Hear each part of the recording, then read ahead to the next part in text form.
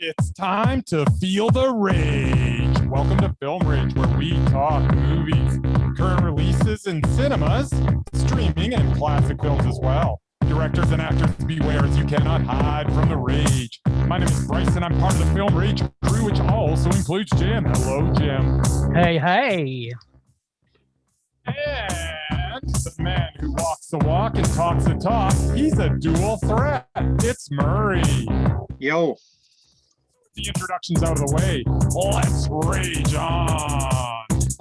Well, thanks to all who've been supporting us. If you love our independent podcast, please support us and the growing Film Rage community by joining our membership at buymeacoffee.com/Film Rage YYC. All members get special episodes and content only for members, and all members that sign up will get a free special limited edition Film Rage merch item. If you cannot support us with a membership, you can still buy us a movie rental and dare us to see a 10-rubber movie.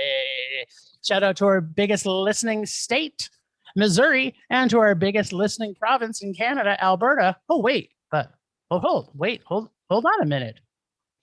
This just in. This is breaking news, people. We have an update from our numbers today, and it appears Colorado is back in the lead. That's and right. Missouri's in second place. Rams. Welcome back, Colorado. Murray missed you, and apparently That's also right. the program in itself. Go Rams. We thank you for being our number one supporters this month. Go Rams and Yahoo.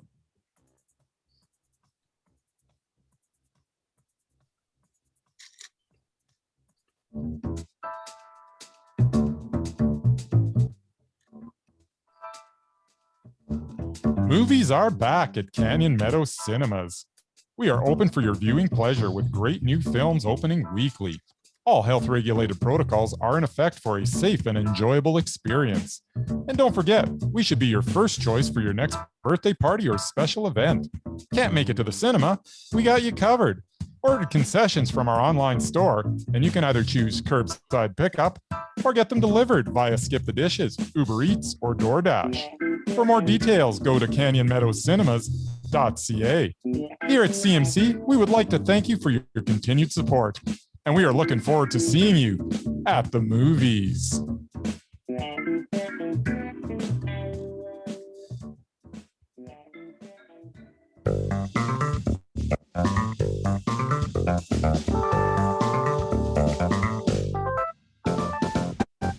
Streaming,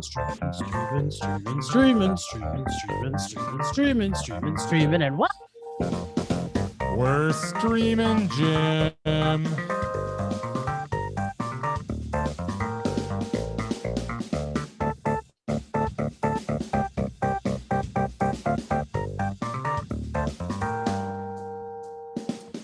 Okay, so Shudder. Dom. Bum, bum. Nice. Yeah, this is streaming on Shudder, our first movie, and it looks like we're only going to be doing one streaming movie this week. Yeah, baby. And that movie is Reunion from 2020. Reunion is the tale of a pregnant woman who returns to her old family home to get away and focus on her work, but those plans are dashed, as neither the spooky house she returns to or the scary domineering mother she returns to will let that happen. It is a story of repressed memories that contain secrets of her childhood. The use of the home video footage is effective. Julia Ormond as the overbearing mother was quite good in the role. The house was effective as well, with black ooze that comes out of the sink representing the rotting underbelly of the environment. That was cool. The house is pretty on the outside, but there is something sinister within. Another film that relies heavily on atmosphere and does it well. Reunion is a watchable, spooky experience. It is stylish. It is a slow-burning meh.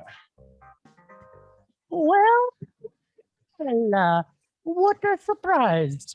I love the opening shots, including the super slow pans and camera movement, almost so slow that you can't even See it move.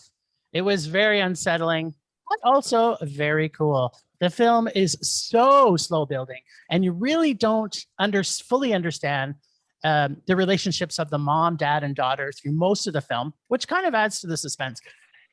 They introduce an adopted sister, yet everything is about the mom to be. You know, there's been trauma in the family, but our director is not letting anything out of the bag. A small, weird drop here, a creepy moment there. The film almost becomes stagnant at times, but then the little tiny pieces still drive you to want to know more about what's happening in this very weird family. My biggest complaint is the music score and the sound. It really did nothing to build the tension, in my opinion. I think they could have had a much better atmosphere built with a better sound score and music. But then again, 27 minutes in and boom, Creepsville, New Zealand. There is a huge drop of what you think is something super creepy, but wait, it's not. It just gets creepier. I love the tension of the relationship of the mother and daughter. I like the slow build, the evil CLF sister, the confusion of who is most mentally ill, either the mom or the daughter. There was a lot of good in this film, but ultimately I felt there was almost too much they were trying to imply. I don't know the addition of the ghostly side of the story was important to add, and the daughter's profession and the fact that she was into the occult did not really matter so much. I mean, it did and it didn't. So it was kind of, I didn't think it really built to help to add to it. Not sure what was necessarily needed. The mother and daughter were enough weird and creepy. I normally love New Zealand horror films in general, but the messiness and confused ending, I really think could have made this a mondo, but the end was just a little too choppy. And what the fuck was the very, very end? I want to get that out there. And the caretaker dude's like, okay, yeah, I'm the caretaker dude. Let's go. It was a meh. Yep. And the I'd like ending. to disagree with anything you said, but I 100% agree with pretty much it all. So there you go. The caretaker guy, it was just like, it didn't make sense. There was some stuff in here where it's like, okay, that's basically, you know, I'd be watching it and I'm into it a little bit, and then something would happen and I'd be like, okay. Yeah, it was kind of like random creepness that didn't really add to building the story at all. It was, okay. I think it could have stayed stripped down and clean, just had the mom and the daughter relationship that was creepy enough, right? Okay. Okay, but here's a question. Okay.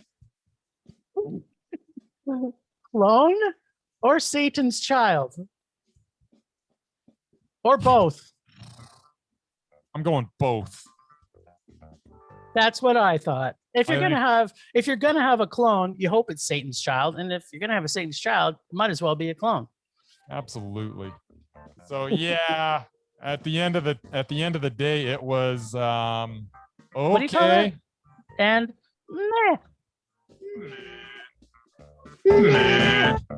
Nice. I think if Murray watched it, he would also have given it a meh. Yeah, definitely. All right. Okay, well, guess what? We went to the cinemas. Yeah, we've been hanging out at one cinema in Calgary. So for all of our Calgary listeners, if you're in around town, usually Friday night at Eau Claire Cinemas. And for those who are listening from hopefully Colorado and Missouri, battling out for #1 spot for the month of June, we're hoping that you get the opportunity to see this next film in theaters, because you will be very happy that you did. This movie is about the Sparks, the band, but the movie is called the Sparks Brothers. Not the Sparks Brothers. It's the Sparks Brothers from 2021. You got it wrong again. They're not the Sparks, Jim.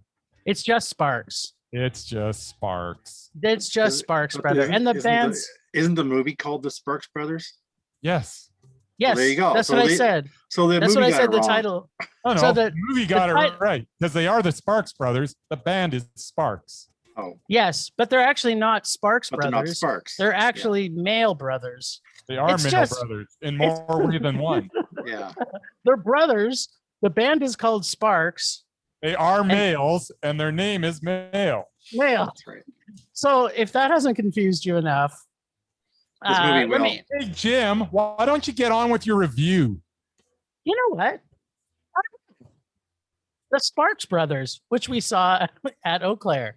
I hated this documentary. How dare it cause? How Yeah, dare right. it cause my face to cramp for nights as I could not stop smiling this entire movie.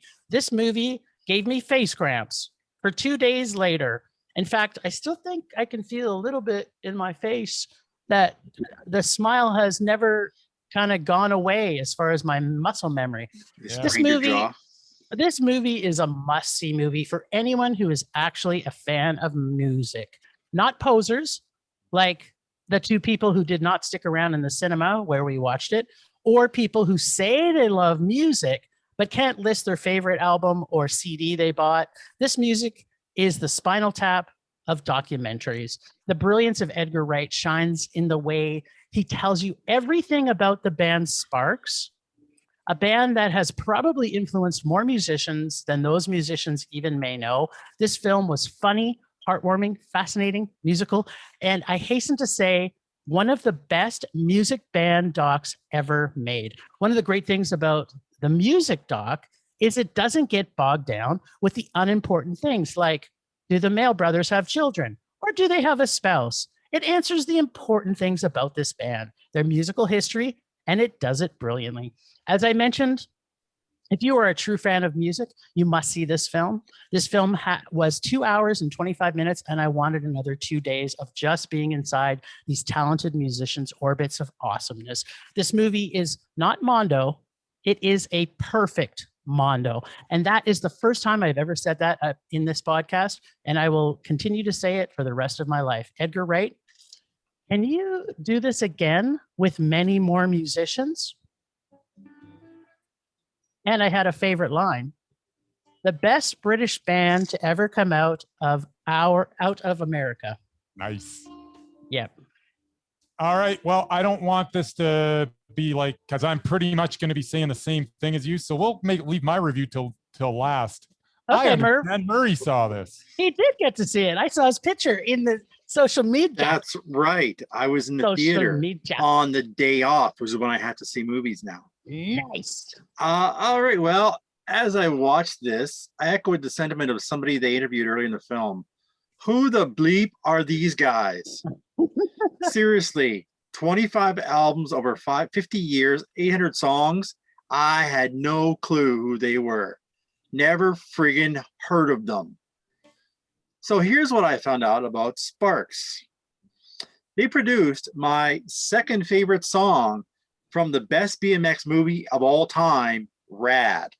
There you go. Which was shot in Calgary and Cochrane, by the way. Nice. The song was Music You Can Dance To, which was part of a super awesome 80s dance montage in the film. Who knew? Yeah. Well, we did, but you didn't. Well, I didn't. Jason Schwartzman is actually the son of Talia Shire. Somebody asked him if he'd seen Rad, and he said, yeah, my mom's in it. I had no idea he was related to her. No idea. Nice. And they did a song with Jane Weedland from the Go-Go's and a video. Yeah, and I think one of them had sex with her, but that's all. That's also true. I thought she was a lesbian, to be honest. That's what I'd heard. They were also on American Bandstand, one of my favorite 80s shows. Yet somehow this child of the 80s managed to miss all that. So I'm just going to be a little sexist here, but chick drummers rule. And these guys seem to like them because they had a lot of them. I think that's anti. Well, sexist, it kind of isn't is, but whatever. I don't care. I'm an old guy. I'm allowed to be that. Okay, and finally, much like Queen, Sparks just kept reinventing themselves. I give them mad respect for that. So while there are some dull moments in the film, and it certainly didn't need to be 2 hours and 25 minutes, I did enjoy learning about these guys, and the dude with the Hitler mustache was mesmerizing. So begrudgingly, I must give this a Mondo. What? Nice. You know what? When I was watching this movie, I kept saying to myself, I don't know if Murray's going to appreciate this because there was a lot of content from the 80s. A lot. And- but they had a lot in the 60s and 70s too. Yeah. Like I get it, 50 years of making music, but I didn't need to see all of it. But I wanted to see more of it. it was still a Mondo, Yeah. but they were just weird. Yes. Just weird. Like they were before Weird Al came along, they were weird. Like it was just They were artists. they were something. I'm wearing my yellow mustache for Ron right now. I Yeah. couldn't get the Hitler one, but this is as Yeah. close as I could get. Well, you got to shave. All right. So ever since I watched this film, I've been watching Sparks clips on YouTube like ad nauseum. Every time I get on the computer, I'm over on YouTube and I at least watch one video. I can't get enough of these guys, and their recent music is awesome, just as their entire catalog is. It is inspiring to see men in their 70s still at the top of their creative game. Growing up in the 80s, I was aware of a few of the Sparks songs as they got some sporadic play on television, but this doc gave me a much appreciated education on the artistry of your favorite band's favorite band, as the tagline for the film proclaims. Ron and Russell come across as uncompromising innovators, as a lot of band sounds over the years can be traced back to Sparks. You can tell this was a real passion project for Edgar Wright, as affection for his subjects is undeniable as you watch the film. I love the fact that once again, the doc got to the point of their lives where they started to make music, and that is where the doc's focus stayed, on the music. Through Wright's clever editing and mixing of film styles, sound, archive footage, and new footage, and even the use of puppets, we get a unique documentary experience that fits perfectly with the story of Sparks. This was an original vision of an original band that was a unique journey like nothing I've ever experienced. The way the film was made was a mirror of the band Sparks, as it took its art very seriously, but somehow also had a tremendous amount of fun doing it. The band Sparks is Mondo, and the Edgar Wright film, The Sparks Brother, is also Mondo. I loved this film. Yes. So have you gone back? Because if you said you've been watching a bunch of Sparks videos, Yep. did you also download for your sassy little iPod? Did you do the FFS too? That album is outstanding. I know I haven't downloaded anything yet. It's all coming, and I'm not going to download. I'm going to try to seek these out and get a hard copy of everything. Well, I think you should just download the FFS so you can hear it. There's a song in there that I can't get out of my head, and now it's stuck there for life. Yeah, I ended up I've heard two songs. Off the FFS? Yeah.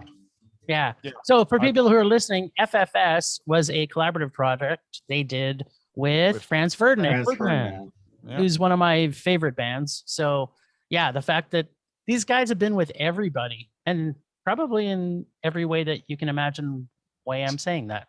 So it's such a good movie. Everybody on earth should be forced to watch this. They should want to force themselves to watch it. They should want to, but not many. But everyone just needs to watch this, and the whole world will be a better place, because at least you'll be happy for a few days. Yeah, there's no coming out of this movie and not having a smile on your face. I know, my face. All you miserable SOBs out there, go watch the Sparks Brothers. Yeah, look what it did to Bryce and Murray. They're usually miserable SOBs. Exactly. Look how joyful they seem right now. I think that's probably the most true thing I've said. I'm a teller of truths today. Well, there you go. It's not going to last. Trust me. There's only one teller of truths on this podcast, Jim, and that is yours truly. Yeah. Okay. We know what that looks like. All right. Yeah. Well, so from pure bliss to pure garbage. Let's move on. Well, hold on, little mister. Well, then. It's not your turn to talk. It is time for Murray to talk about his boy, his man-child, his love interest. Man-child. What are you talking about? Ryan Reynolds. Murray, tell us about your love of Ryan Reynolds and his latest movie. Thank you for letting me go first before Bryce rains on my parade. I don't know he will. Where to start with this film? First of all, it's a mother freaking Salma Hayek dick kicking mondo for me. And despite what you may hear from my fellow ragers, a lot of other people like this movie too. How about that cast? Selma Hayek, Samuel L. Jackson, and the dreamy Ryan Reynolds. Add to that Antonio Banderas and Morgan Freeman. And in case you missed the first one, Reynolds was a disgraced protection agent who was tasked with getting Jackson to The Hague to testify against warmonger dictator Gary Oldman. And they get shot at a lot. Yes, the plot was cheesy, but there's no denying the comic timing of those two. Now, the plot of this new film is pretty much irrelevant, but Banderas plays a Greek tycoon who's trying to destroy Europe for talking smack about his country. You got that, right? A Spanish dude playing a Greek badass. I guess they don't have actors in Greece. Jackson and Hayek are trying to stop him, and Reynolds is just along for the ride, and he gets shot at a lot. I missed a slew of profanity in both English and Spanish. That would make most mothers blush. There was a lot of very funny scenes, and people need to stop running over Ryan Reynolds with their cars. Is it ridiculously over the top? Sure, but it's very tongue-in-cheek humor. As it follows the same tired formula as most buddy action comedies? Yeah, but Reynolds and Jackson could pull it off. And yes, it's predictable. But none of that matters because it's a fun movie with three charismatic characters at a time when we needed it. And Murray's out. Slam, baby. Go ahead, Nice. Mr. Grinch. Rain all Go over ahead. it. I think Jim Go ahead, should Grinchy go next. Pants. No, buddy. Jim, I intentionally put you next. So step up to the plate, biatch. The Hitman Wife's Bodyguard was as excruciating an experience as I have had in the cinema in a long time. It was a complete assault on my senses. I'm not sure why having Selma Hayek and Sam Jackson screaming at each other for extended periods of time was in any way a good idea. Was this funny? No, it wasn't. Other than people screaming at each other, we got some ridiculous car chases and a lot of explosions. The attempts at humor left me stone-faced. Was Selma Hayek dropping F-bombs every other word supposed to be funny? Oh, don't forget, we also got a lot of boob jokes. Were they funny? I cannot imagine that anyone with a fully developed brain could find this entertaining in any way. The whole movie was incoherent, whether that be the screaming over the top of each other or the lame chaos of every action sequence. I was trying to come up with the perfect word to describe this film, and I believe I've come up with it. The word to describe this loud, obnoxious, lame, crappy, deplorable, excruciating pile of garbage is unpleasant. This film was unpleasant. Another word to describe it is rage. Yeah, be fun to go into it. Yeah, no, he's gonna see F9 this weekend, so he'll be. If you think that was bad, wait till F9 hits him. It's not gonna be as bad as this. There's no way. Okay, so we've got Your the opinion. top of the pile and we've got the bottom of the pile. All right, well, let me tell you what I thought of Hitman's Wife's Bodyguard. First off, as Murray had alluded to, Antonio Banderas is not Greek. Seeing him pretending that he is Greek felt like seeing Sean Connery play any character that isn't Scottish. This, of course, annoyed me to all get out. Then I started thinking, why is this? And it hit me. No pun intended. This movie is a complete throwback to every 80s action movie. Every action scene literally had something explode.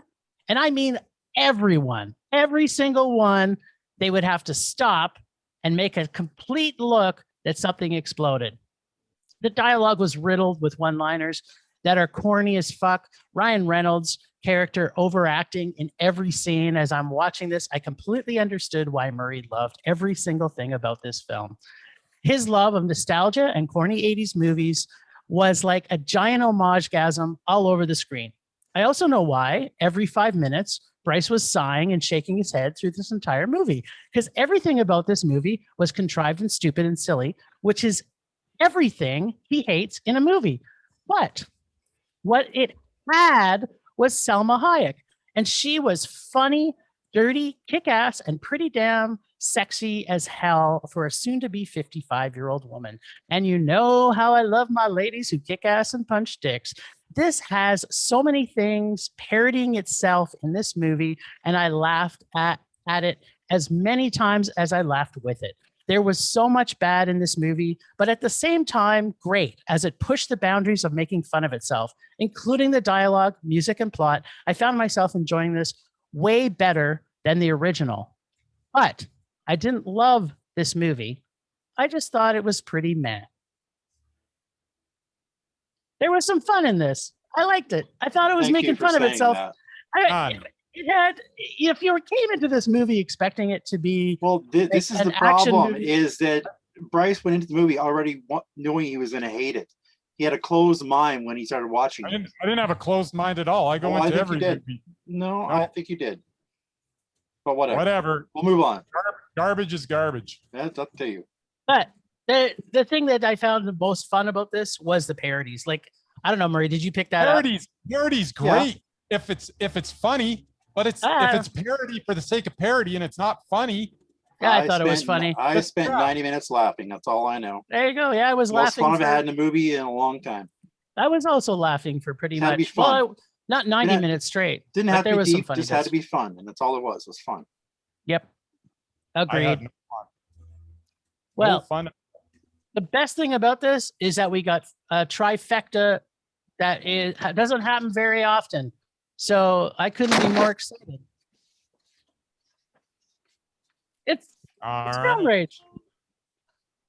It's film rage. Temperature rising. Vision blurring. Rage taking over. Ooh. Rage. Rage this week is really simple. Content. We've been waiting for how many? It seems like 27 years to go back to the cinemas. And we're lucky to get 2 movies show up that's new. Like, what the hell, people? Could they not have planned this? I know there's a ton of movies that are just been waiting to be released. And now it's just bottlenecked everything. And we're getting like 1 or 2, and apparently, the only things we're getting are sequels. So it's like, can we not have an independent release from somewhere, anywhere? That's all I have this week. My rage is content. We need more content. The theaters are open, and not just in our province. They're open all through the US, so people can be watching movies. Get some more content out. Come on, chop. Here. My rage is actually very similar, Jim. What?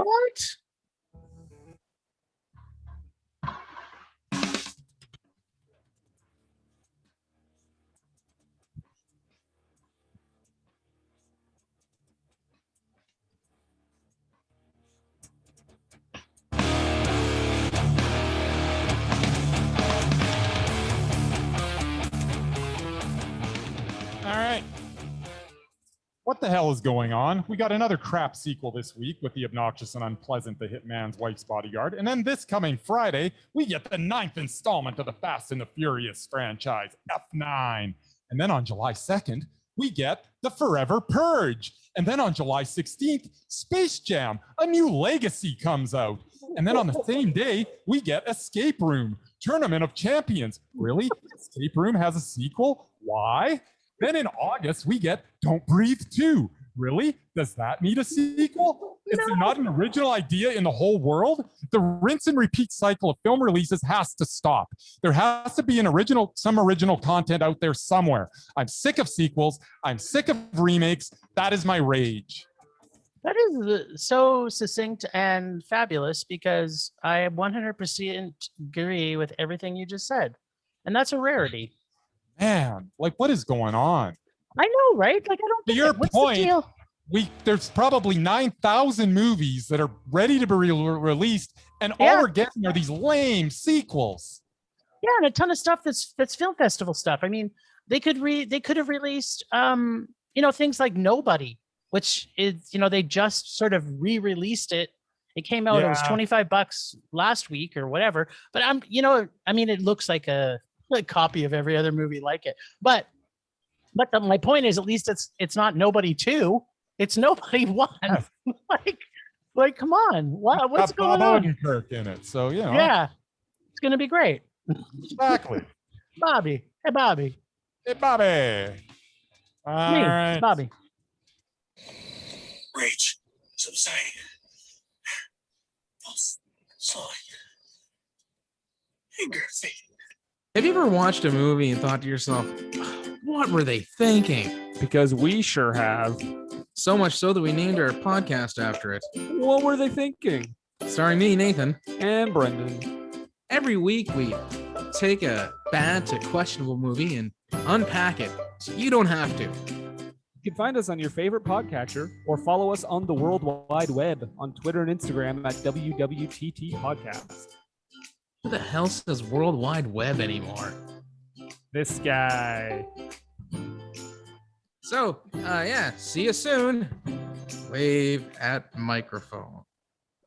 I love those guys. That is such a great idea. A and B. Who does say World Wide Web? It's the best.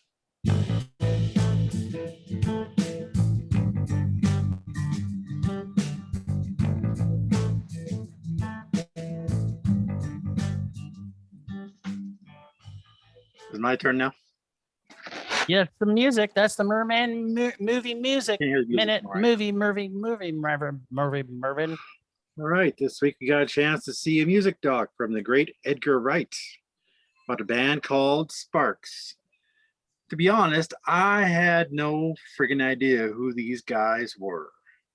Much to my surprise, I actually ended up enjoying it. As if Edgar Wright could actually make a bad film. Exactly. Here then are music documentaries that I have seen about bands or artists that I knew next to nothing about and was surprisingly informed about. First one was Once Were Brothers, Robbie Robertson and the Band.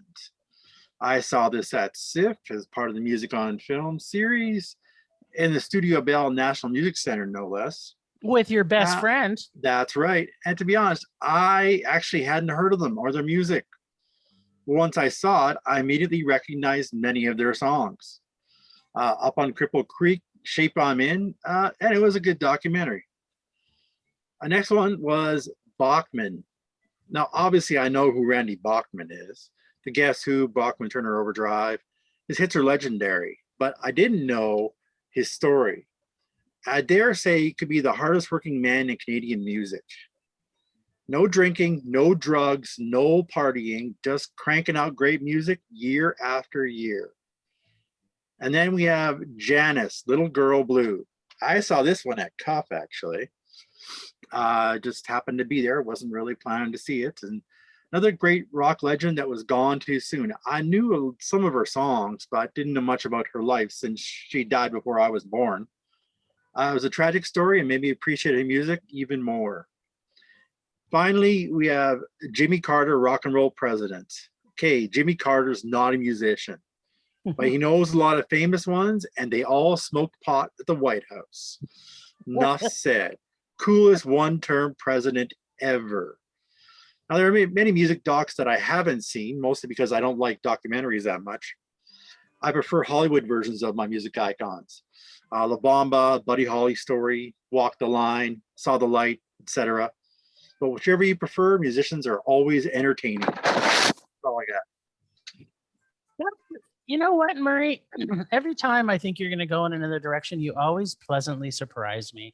Well, I figured there was I enough thought for rage this week sure- already. I thought for sure this was going to be Murray's top 10 Ryan Reynolds movies. I wouldn't do that I would to almost Bryce. laid money on it. I wouldn't I do that almost to would have laid Bryce. money on it. No. Damn it. But that's like a perfect delivery. Much like your love of Keanu Reeves, I wouldn't subject anybody else to it. I just love Ryan Reynolds. True.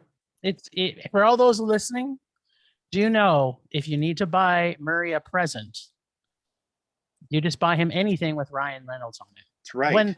When we get our fried berry underwear, which is actually leading into the fried berry moment of the week, is Murray's going to want Ryan Reynolds underwear. Let's face it. That's right. Once he starts With- making it. With his picture on the front and his sweet ass on the back. That's right. So, Bryce, what was your fried berry moment of the week? Just the experience of Edgar Wright's Sparks. The entire experience? The entire experience. Actually, you know what? My fried berry of the week is the fun I had going through YouTube and watching these guys over their whole career after watching the documentary. Yeah, I would. It's definitely going to be the fried berry of the week for me too. Is the movie Sparks Brothers? But you know what I think it is most is that just the pleasant surprise of how they've influenced so many bands. And I went back this week and I was listening to a lot of music that I was like, oh yeah, that's Sparks influence right there. Oh yeah, that's Sparks influence right there. Ah, that's Sparks influence right there. And you didn't see it before, and now you see it. Mur, what was your fried berry moment of the week? Well, that's tricky because, as you know, I didn't actually like fried berry. You thought it was meh. I barely thought it was a man. I could have raged more than I did. But no, my fried berry moment was the 96 minutes or whatever it was of Hitman's Wife's Bodyguard. I loved every minute of it. There you go. Perfect. Okay, well, we got some catching up to do because we got our girl Emma Thompson to talk about. You? Yeah, we do. It was not my girl. Because she is one movie away from being on the Doubted. But Bryce and I had to see one movie. Right. Yeah. No. A movie called How to Build a Girl. So, Bryce, why don't you just recap where we're at and what we need, what Emma needs to get her out of this or into this. Okay. So basically what it comes down to is if How to Build a Girl is meh or better, then she is not doubted, because without going over every single movie, she's meh, rage, meh, we don't know, rage, meh, rage, meh. And so a double meh doesn't allow her to be on the doubted. List. And the doubted list. I watched the movie. I also watched the movie. I enjoyed the movie. Now, is the movie Mondo? No. But is Paddy Considine in it? Yes. And is he awesome? Yes. And is the movie pretty funny a lot? Yes. And do we have to wait basically 99% of the movie before we even see Emma Thompson? Yes. But she chose this movie. It is definitely no worse than meh. There were times that I was actually laughing pretty hard and I was thinking, maybe this is no, it's a meh. But in my, that gets her off right there. But what did you think, Jim? I also thought I really enjoyed this movie. I was pleasantly surprised that, I love her though. I absolutely love her. I thought she was great in, is it Beanie Feldstein? Oh yeah. She's in that. Yeah. Yeah. She's also in, what's that one? Girl. Yeah. Booksmart. I was gonna say Girl Smart, but that's not it. Yeah, I really like her. I think she's so easy in her character developments. She could play all kinds of ages because this movie was made in 2019 and she was playing like a 19-year-old or 17-year-old, but she's got to be older than that. The maturity level of her acting was fantastic. I thought. Yeah.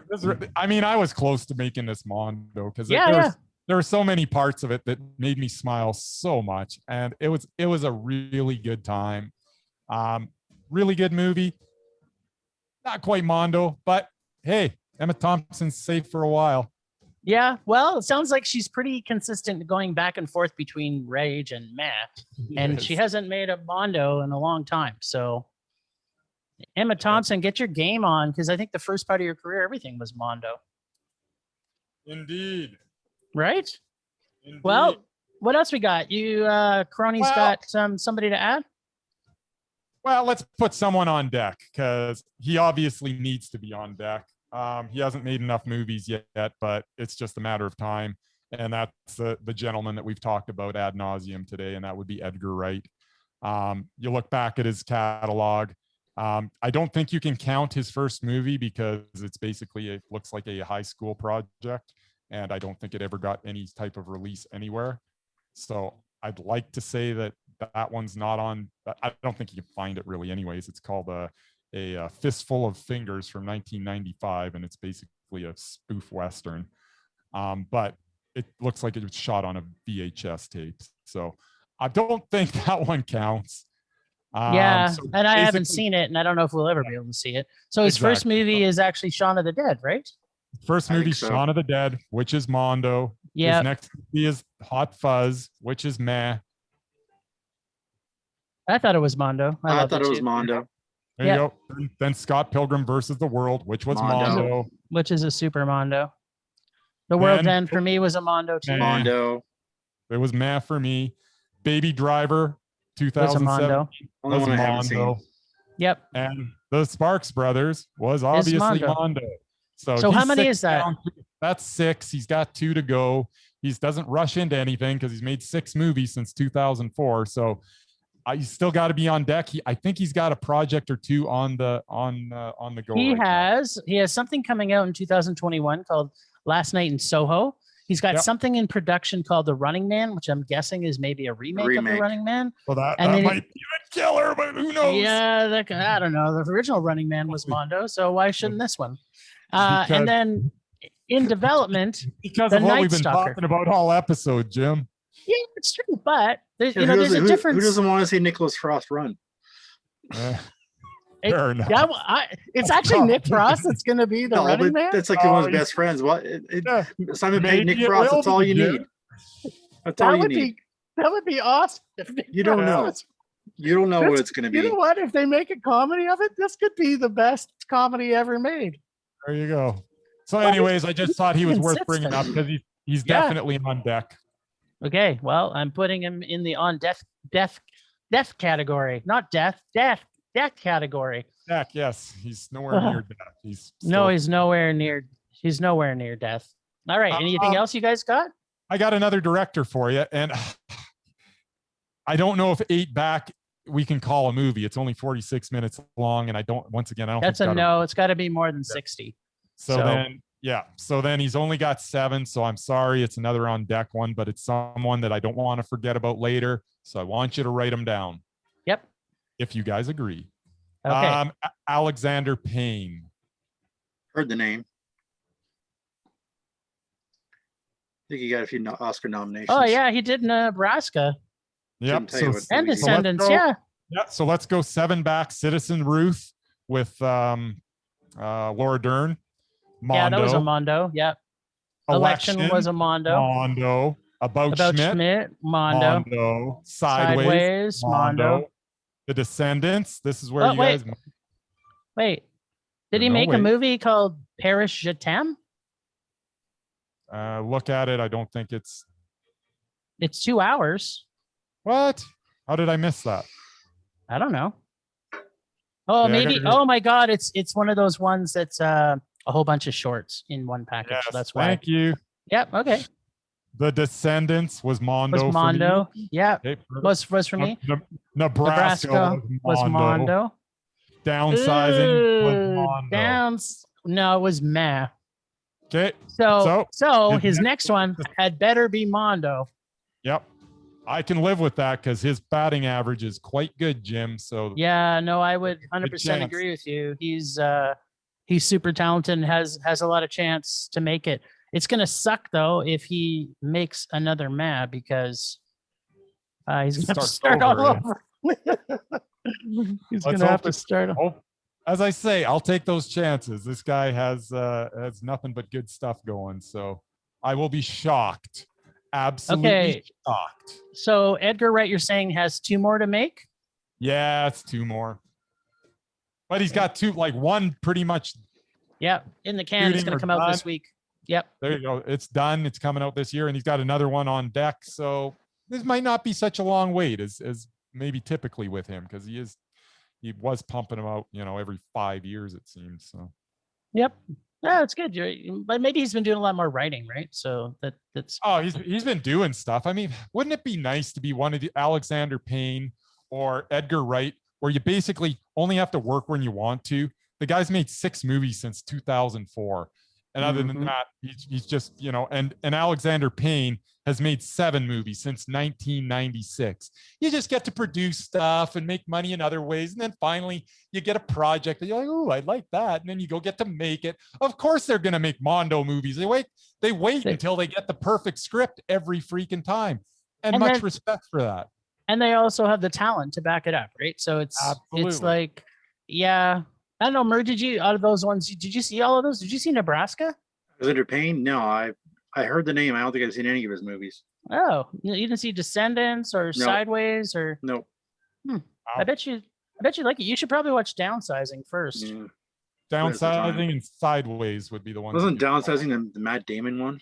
Matt Damon. Matt Damon. Yeah, it looked kind of dumb. Damon. It was kind of meh for me. Looked kind of dumb. What saved it though was what's her head. She was so freaking awesome. And I think that's the what's her head that I wouldn't like.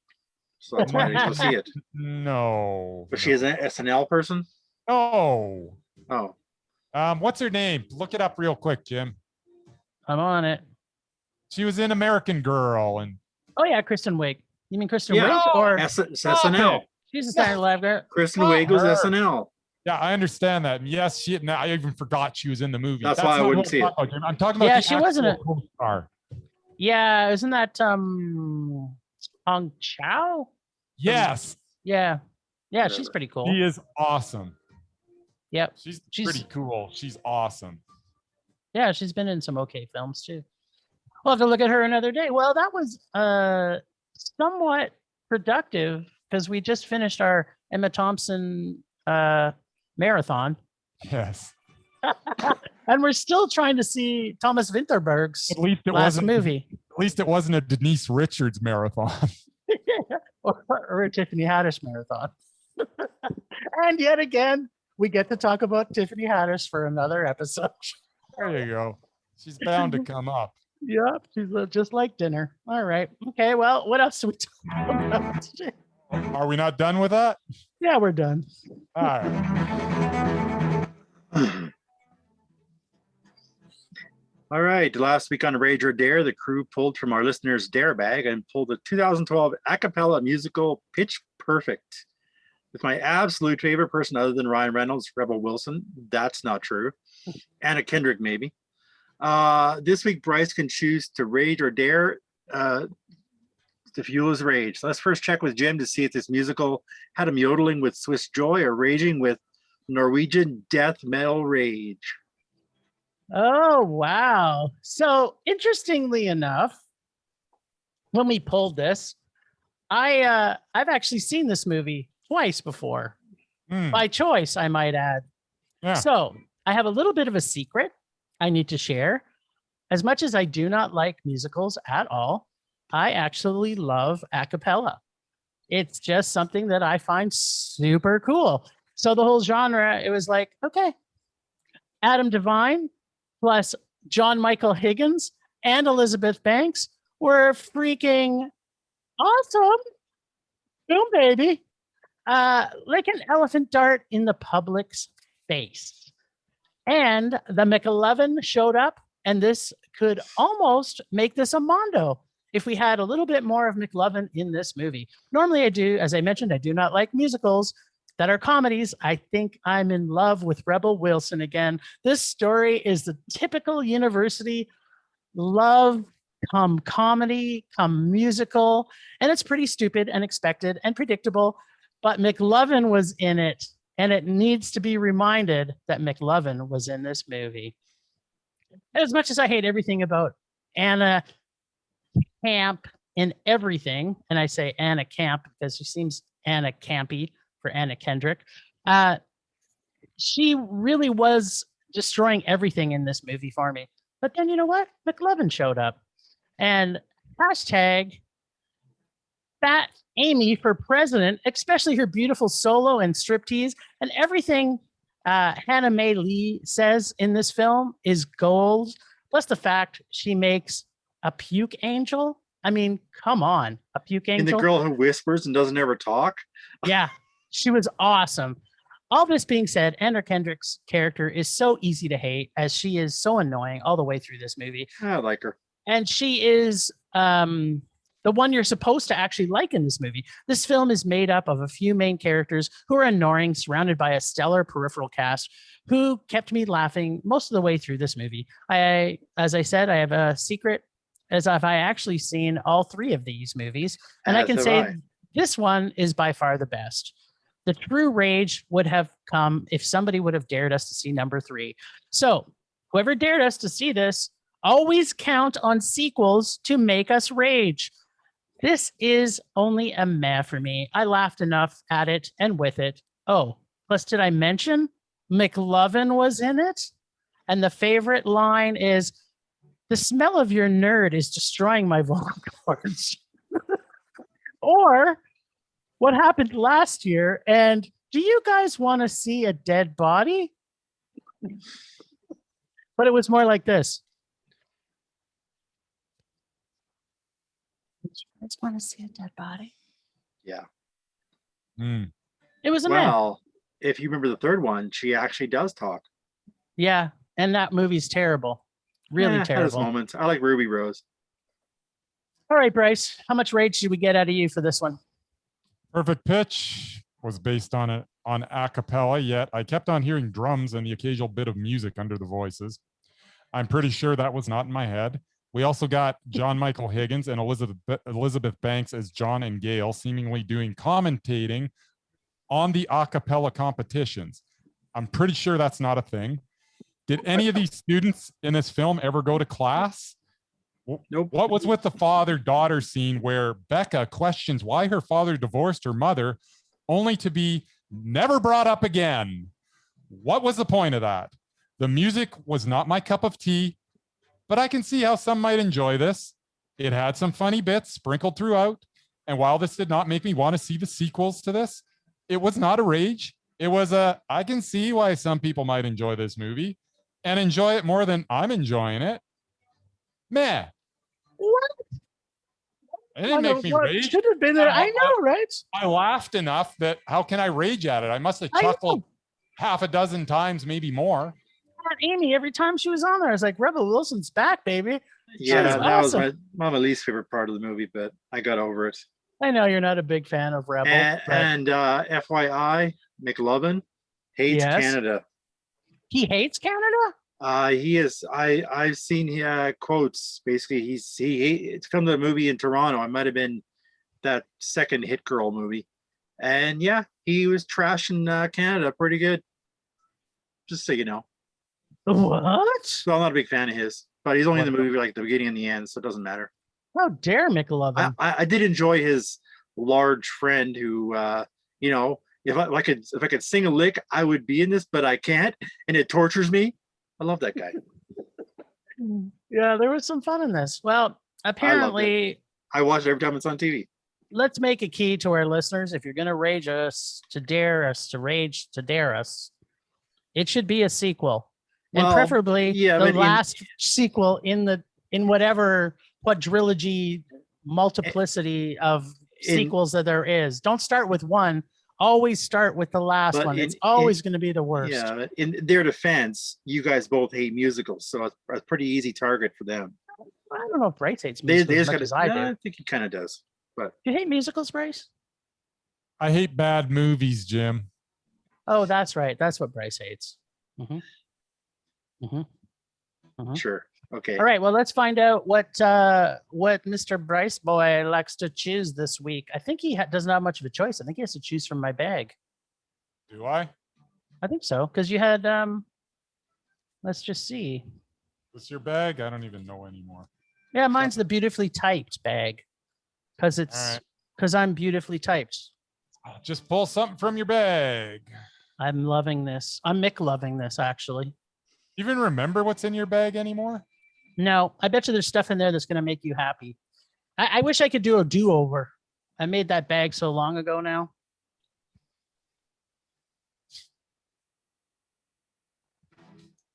It's perfect 3. Is it going to be good or bad? I'm kind of excited to know. I like what he's been doing lately. He's been making lots of good decisions. John Early Travolta? on his career, not so good. Oh, Mr. baby. Bateman.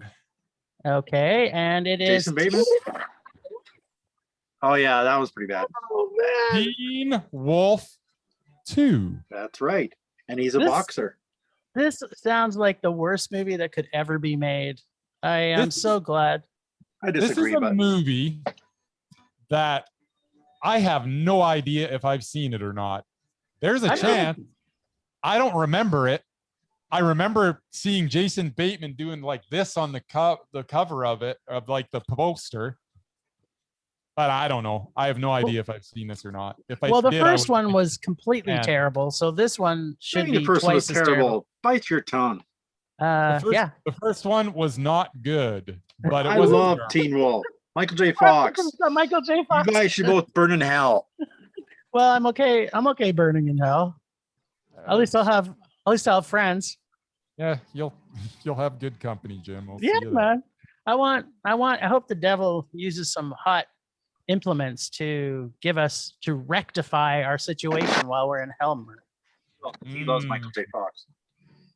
Yeah. Well, I like Michael J. Fox too. I just don't like when he does bad movies, which was a Teen Wolf lot. 2. I don't know. It's got to have some yucks in it, I'm sure. Oh, you may be laughing at it more than you're laughing with it, I think. I can deal with that as long as I'm not cringing. Good luck is all I can say. All I know is that I will have great joy next week if this caused you to rage yourself stupid. Stupid.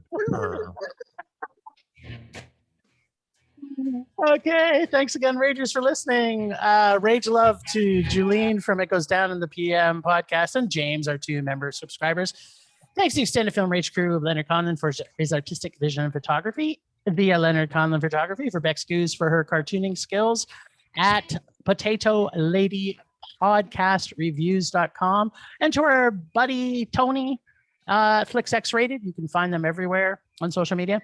Thanks to our sponsor, Canyon Meadows Cinemas. Please go and support your local independent cinemas near you, as they desperately need your help to make some money as they come back out of this COVID.